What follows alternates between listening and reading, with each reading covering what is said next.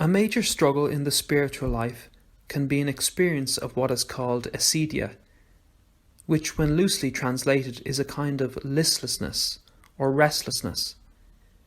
The desert mothers and fathers also knew it as the noonday demon, because it was at noon, when the sun was high and hot in the sky, and when the day seemed ever so long, that they felt restless and were tempted to turn to distractions. We can also experience acedia during the COVID-19 crisis, when we are restricted in our movements around work and leisure. A major distraction for many of us is alcohol drinking. In one report, take-home sales have increased almost 40% compared to this time last year, and it is thought that people are trying to fill the gap of what they are missing. In this context, I invite you to begin the meditation by focusing on your breathing. To notice your chest and belly expand as you breathe in, and contract as you breathe out. As you notice the rhythm of your breathing, I'd like you to imagine a massive grey wall before you. A massive grey wall as you sit in meditation. Before this greyness, this blankness, imagine feeling bored, an apathy, restless, or even fatigue.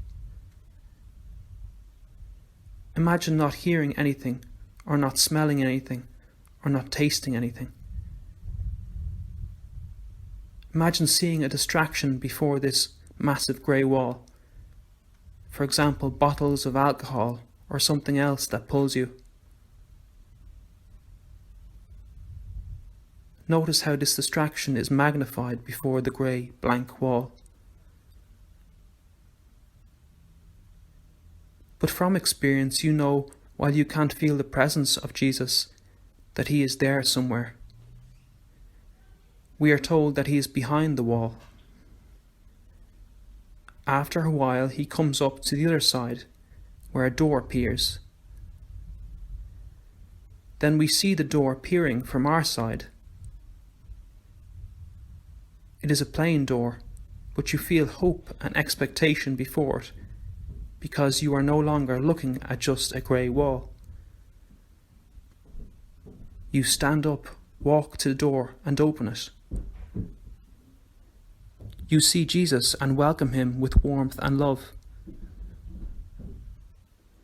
While you are naturally consoled to be with Jesus, you are also aware of a temptation to get overexcited and for your heart to be like a blazing fire that will not last. So, with Jesus, you take a deep breath and notice a quiet calmness, a mellow flame that is more likely to last.